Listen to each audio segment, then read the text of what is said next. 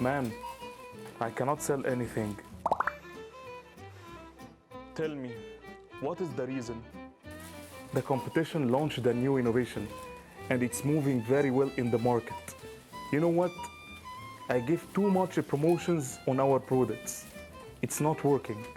Man, please help me. Okay, hold for a moment. I will add him to this call.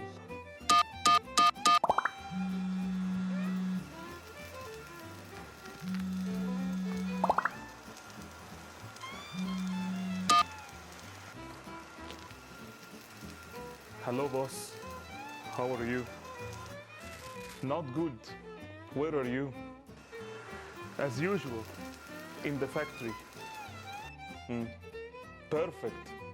We need to launch a new innovation quickly. What kind of innovation? What kind of innovation? With cheese. I think with cheese it's good. It's good, yes. Okay. Cheese, it's good. Okay, wait.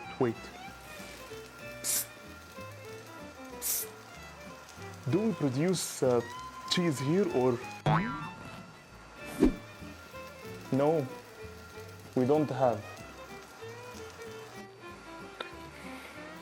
There is no cheese.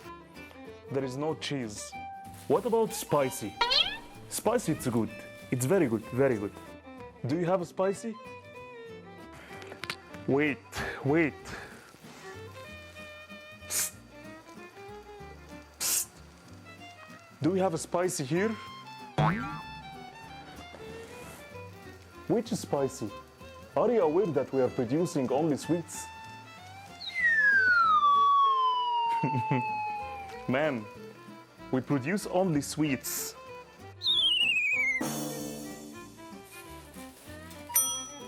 Listen. What do you produce in the factory?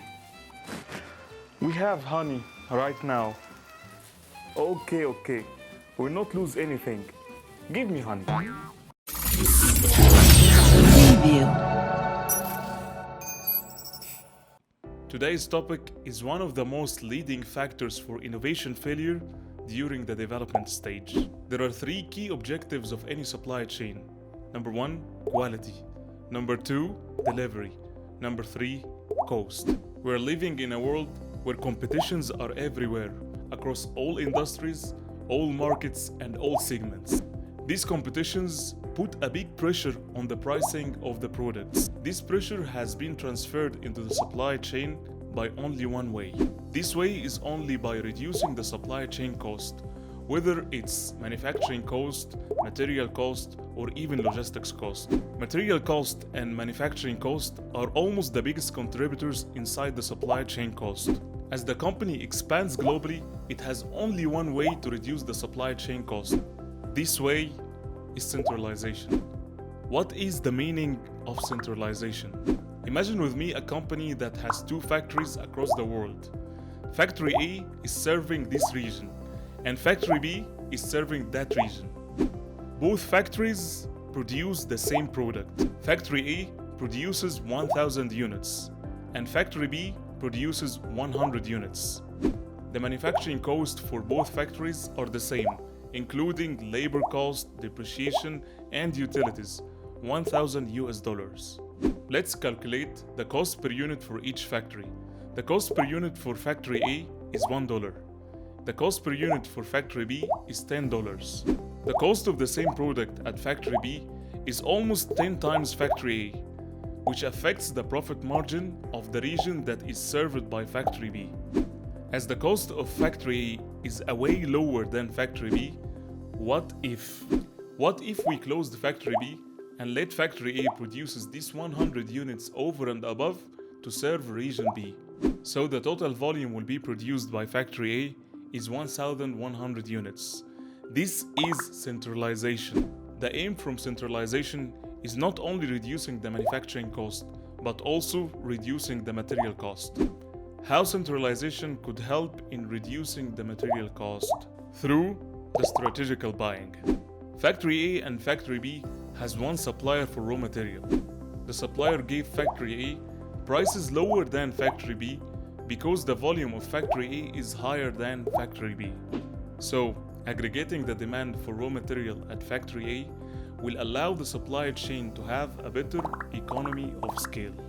Definitely, centralization could be one of the best strategies to reduce the cost, especially for the global companies. Okay, but what is the link between the centralization and the failed innovation? As the supply chain moves into centralization, marketing also moves into globalization. What is globalization? It is a combination between globalization and localization at the same time. This term is used to describe a product that is developed globally and adjusted to accommodate the local markets. The best example in globalization could be McDonald's in India. The Aloo Tikki burger. It's not a beef burger. It is a blend of mixed vegetables fried together to form the localized burger. This sandwich is localized based on McDonald's global standard just to fit India market, as most of the population are vegetarians. This globalization sometimes pushes the organization to move into universality without feeling it. What is universality? Universality in a very simple way. One size fits all markets. And here it comes the role of Hub-Hubization. Don't try to Google it because you will never find it. It's my terminology. It comes mainly from Hub.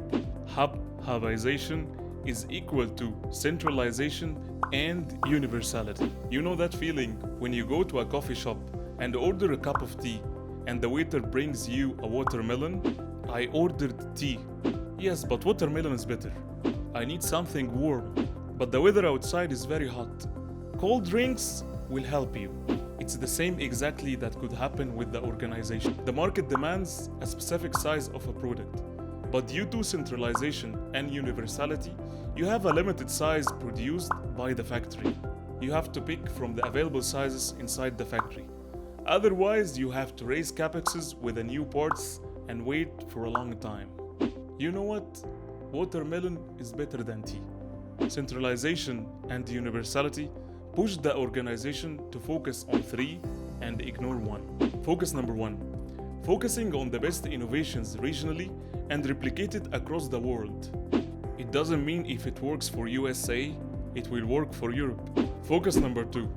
Focusing on the competition and duplicate exactly the same innovation of competitors just to take a market share. Focus number three.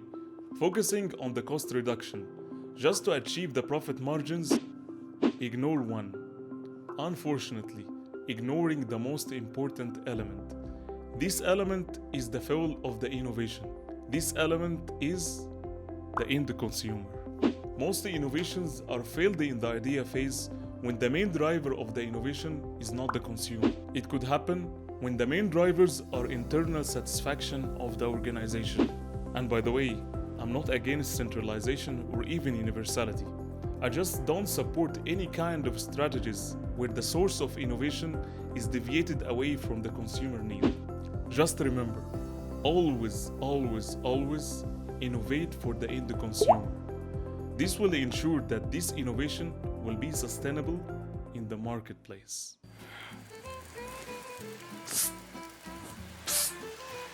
What do you produce right now? Honey, honey, honey. Stop the production, close the factory, and let's go home.